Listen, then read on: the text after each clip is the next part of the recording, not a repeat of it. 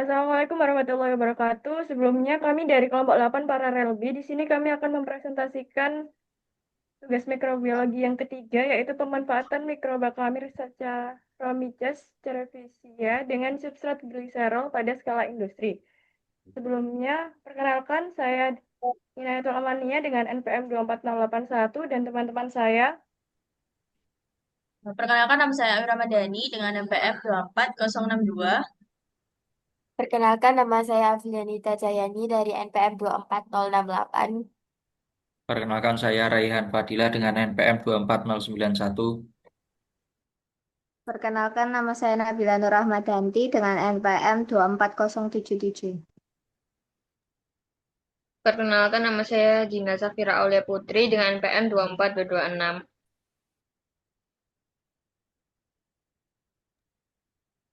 Jadi yang pertama ada mikroba yang digunakan. Nah, mikroba yang digunakan itu adalah Saccharomyces cerevisiae. Itu merupakan hamir eukariotik uniselular yang banyak dimanfaatkan dalam penelitian serta pada proses fermentasi industri. Nah, mikroorganisme ini itu memiliki struktur sel yang relatif sederhana dan laju pertumbuhan yang cepat, serta toleransi yang baik terhadap kondisi lingkungan seperti pH yang rendah dan juga konsentrasi yang tinggi.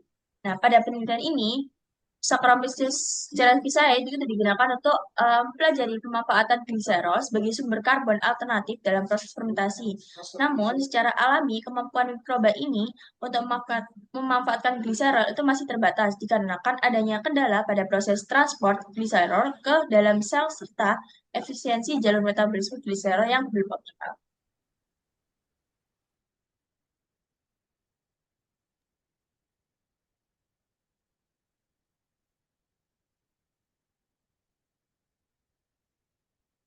Selanjutnya, substrat yang digunakan pada penelitian ini, substrat yang digunakan adalah gliserol. Gliserol sendiri merupakan senyawa organik yang banyak dihasilkan sebagai produk samping dari industri biodiesel sehingga ketersediaannya melimpah dan biayanya relatif rendah. Hal ini menjadikan gliserol sebagai sumber karbon alternatif yang potensial untuk proses fermentasi skala industri. Selain itu, gliserol memiliki tingkat reduksi yang lebih tinggi dibandingkan glukosa sehingga dapat menyediakan daya reduksi tambahan bagi mikroba dalam proses metabolisme. Dalam sel kamir, Saccharomyces cerevisiae gliserol ditransfer ke dalam sel dan dikonversi menjadi dihidroksiaceton fosfat atau DHAP. Senyawa ini kemudian masuk ke jalur metabolisme pusat seperti glikolisis dan gluconeogenesis. Selanjutnya untuk produk yang dihasilkan akan dijelaskan oleh teman saya. Selanjutnya ada produk yang dihasilkan, yaitu produk yang dihasilkan Camir Saccharomyces cerevisiae itu dapat memanfaatkan gliserol sebagai sumber karbon dalam proses fermentasi. Di dalam sel, gliserol nanti diubah menjadi dihidroksiaseton fosfat yang kemudian masuk ke dalam metabolisme seperti gliserol dan siklus asam trikarboksilat. Melalui proses ini, nanti gliserol dapat dikonversi menjadi berbagai senyawa bernilai ekonomi seperti 1,3 propanediol, dihidroksiaseton, asam suksinat, dan xilitol. Gliserol juga memiliki kandungan elektron reduksi yang lebih tinggi dibandingkan glukosa, sehingga mendukung produksi berbagai senyawa kimia melalui fermentasi. Selain itu, gliserol tersedia melimpah sebagai produk samping industri biodiesel dan dengan teknologi rekayasa metabolik dapat dimanfaatkan untuk menghasilkan bioetanol dan bahan kimia industri secara lebih efisien.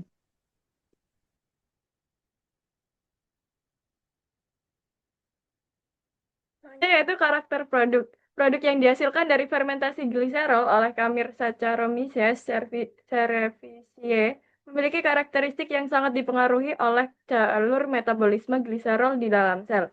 Gliserol terlebih dahulu dikonversi menjadi DHAP yang kemudian masuk ke jalur metabolisme pusat seperti glikolisis dan siklus asam trikarboksilat. Melalui jalur ini, gliserol dapat diarahkan untuk menghasilkan berbagai senyawa kimia bernilai tambah dengan efisiensi yang bergantung pada kondisi fermentasi dan aktivitas enzimatik sel. Secara umum, produk hasil fermentasi gliserol memiliki tingkat reduksi yang tinggi karena gliserol menyediakan lebih banyak daya reduksi dalam bentuk NADH dibandingkan sumber karbon lain. Karakter ini mendukung pembentukan senyawa seperti 1,3 propanediol, dihidroksiaseton, asam suksinat, dan xylitol yang memiliki stabilitas kimia baik serta aplikasi luas dalam industri kimia, pangan, farmasi, dan bioenergi. Oleh karena itu, produk hasil fermentasi gliserol tidak hanya bernilai ekonomis, tetapi juga berpotensi dikembangkan secara berkelanjutan pada skala industri.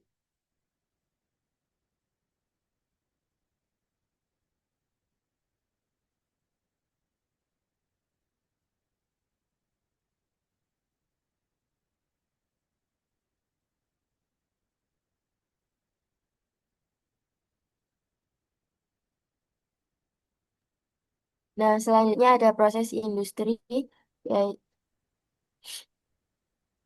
proses dimulai dengan gliserol sebagai substrat utama. Lah, kenapa kok dipilih gliserol sebagai substrat utamanya? Karena gliserol merupakan produk samping industri biodiesel yang melimpah dan memiliki daya reduksi tinggi, sehingga sangat baik digunakan sebagai sumber karbon dalam proses bioteknologi.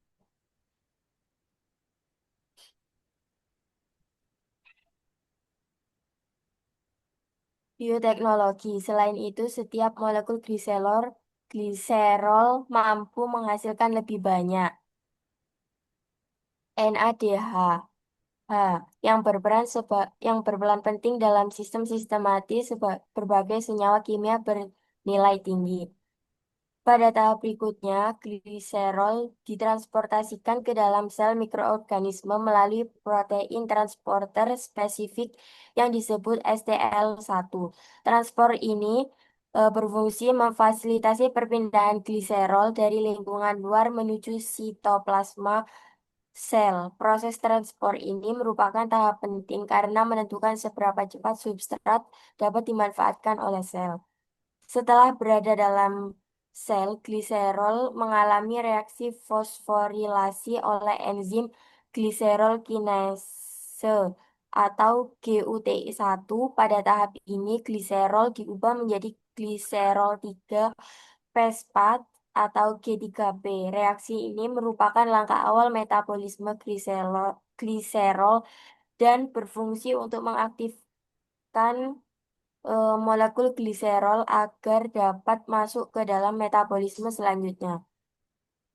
Selanjutnya, G3P mengalami proses oksidasi oleh enzim GUT2 yang berada di membran mitokondria. Reaksi ini menghasilkan dihidroksiseton fosfat atau DHAP. DHAP ini merupakan intermediat metabolik penting yang menjadi titik pertemuan berbagai jalur metabolisme dalam sel. Baik, selanjutnya itu dari oksidasi itu masuk ke jalur metabolisme pusat. DHAP itu kemudian masuk ke jalur metabolisme pusat melalui yang pertama itu glikolisis untuk menghasilkan energi dalam bentuk ATP.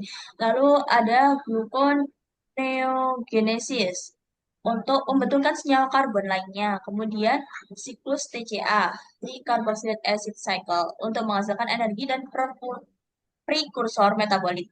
Nah, pada tahap ini itu sel memanfaatkan DHAP untuk menghasilkan energi dan metabolit prekursor yang dibutuhkan dalam biosintesis produk kimia.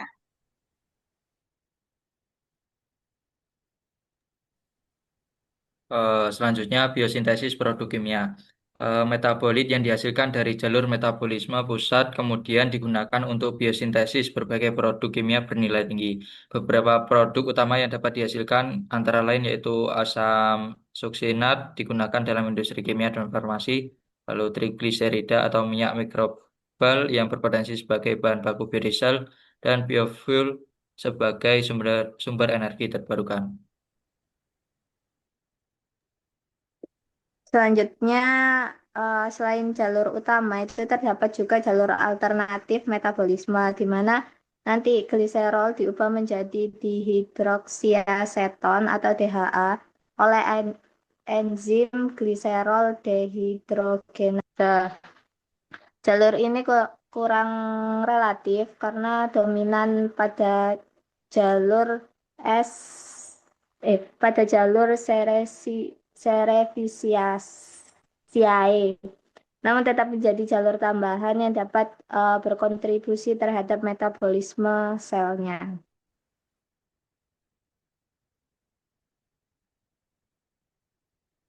Selanjutnya yaitu dilanjutkan dengan rekayasa genetik. Di rekayasa genetik digunakan untuk meningkatkan efisiensi. Dalam aplikasi industri sering dilakukan rekayasa metabolik untuk meningkatkan efisiensi proses produksi. Strategi yang digunakan meliputi overekspresi GOT1 dan STL1, yaitu untuk meningkatkan penyerapan dan konversi gliserol.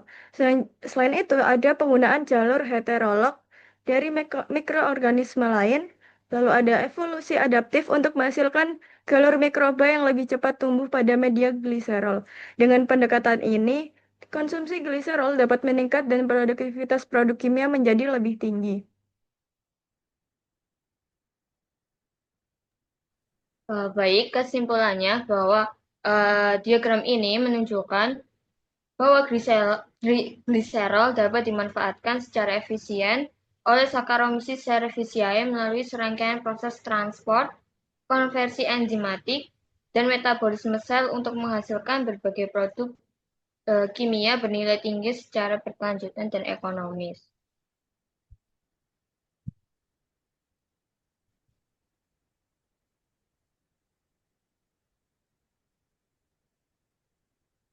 Berikutnya, yakni peran positif Khamir dalam industri.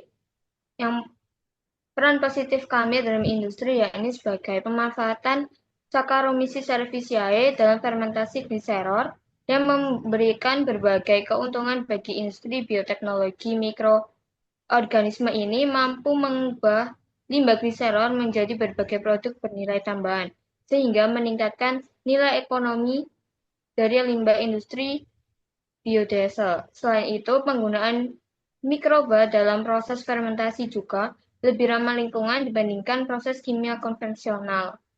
Dengan pemanfaatan mikroorganisme sebagai agen produksi, proses industri dapat dilakukan secara lebih efisien, berkelanjutan, dan menghasilkan produk yang memiliki nilai ekonomi tinggi.